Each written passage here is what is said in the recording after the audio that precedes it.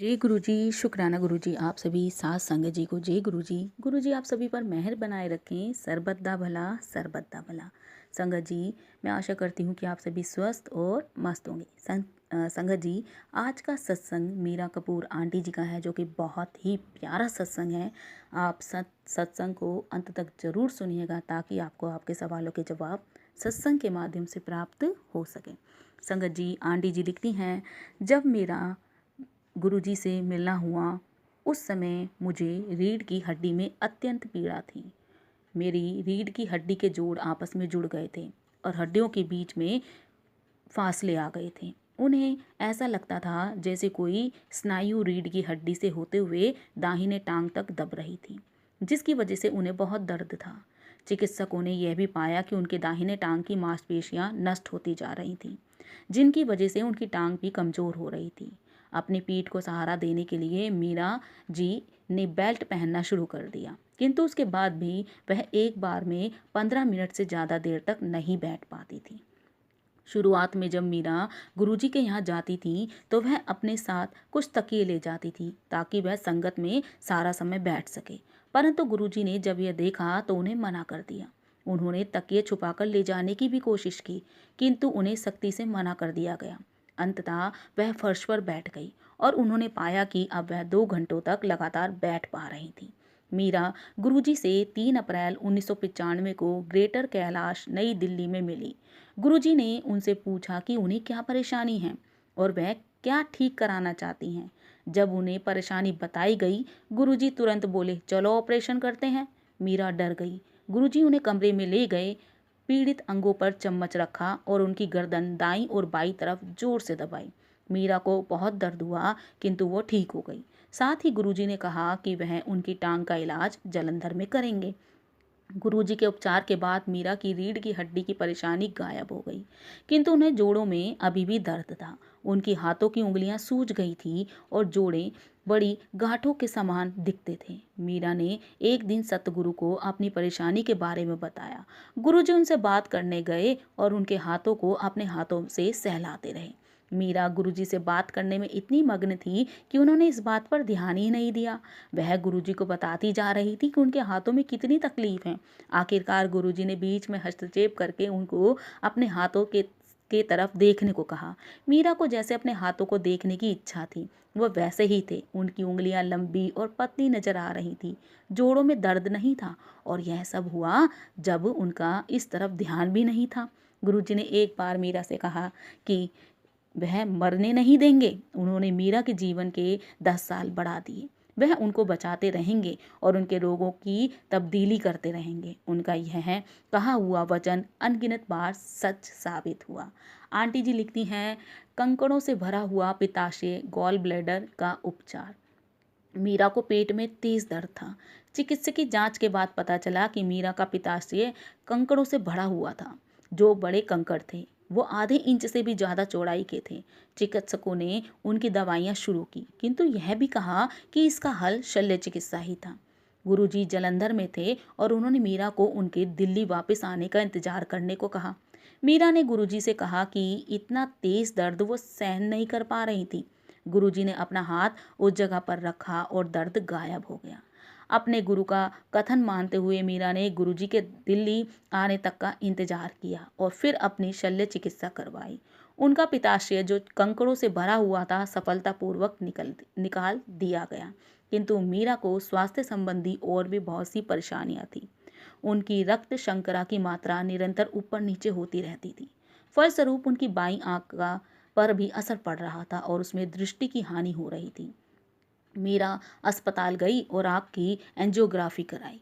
उसमें काफ़ी रिसाव निकला। चिकित्सक ने कहा कि आंख का ऑपरेशन 1 हफ्ते में हो जाना चाहिए। वह मंगलवार का दिन था और मीरा बिना गुरुजी को पूछे कोई निर्णय नहीं लेना चाहती थी। उन्होंने चिकित्सक से कहा कि वह अपने पति को पूछकर तारीख तय करेगी। चिकित्सक ने जवाब दिया कि उनकी अपनी आंख के बारे में सोचना चाहिए, पति से पूछने के बारे में नहीं। किंतु मीरा अड़िग रही और गुरुजी के पास गई। सतगुरु के चरण कमलों में बहुत सारी फूलों की मालाएं पड़ी थी और उन्होंने उनमें से एक उठाई और मीरा को दे दी। जब मीरा की आंख का परीक्षण हुआ तो चिकित्सक भौचक्के रह गए। आंख में अपने आप ही ठीक हो गई थी। और कोई और परीक्षण करने की जरूरत ही नहीं पड़ी। शल्य चिकित्सक का तो सवाल ही नहीं उठा। संगत जी, आंटी जी आगे लिखती हैं, एक्सरे में नजर आए कैंसर के धब्बे अगली सुबह गायब हो गए।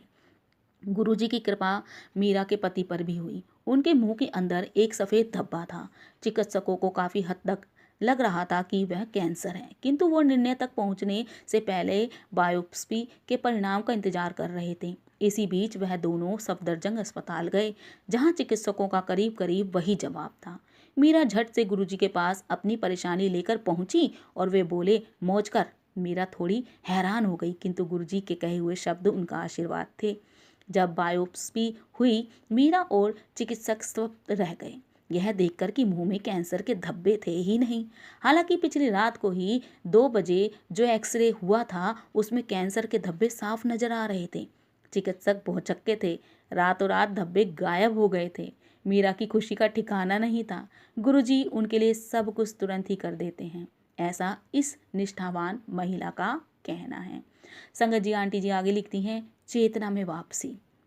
उनके पति श्री कपूर, जो कपड़ों का थोक का व्यापार करते हैं, को कुछ राशि लेकर पंजाब जाना था। उन्होंने अपने आने जाने का टिकट शताब्दी पर बुक की थी, मगर जब यह रकम लेकर जालंधर रेलवे स्टेशन पहुंचे, कोहरा बहुत ज़्यादा था। उन्हें ट्रेन से ना जाकर दिल्ली घर फ़ोन करके उन्होंने बता दिया कि वह रात को 10:30 बजे तक पहुंच जाएंगे।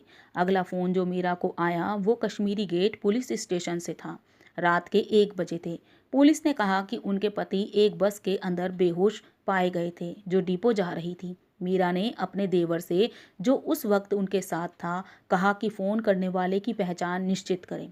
पुलिस वाले ने कहा कि उनके पति ऐसी हालत में नहीं थे कि बात कर सके और वो उन्हें अस्पताल ले जा रहे हैं। जब उनका परेशान परिवार अस्पताल पहुंचा, तो उनकी चिकित्सकीय देखभाल का स्तर देखकर वे बहुत निराश हुए। उन्होंने उनको निजी अस्पताल में ले जाने का निर्णय कर लिया, मगर उन्हें अभी भी होश नहीं आया था।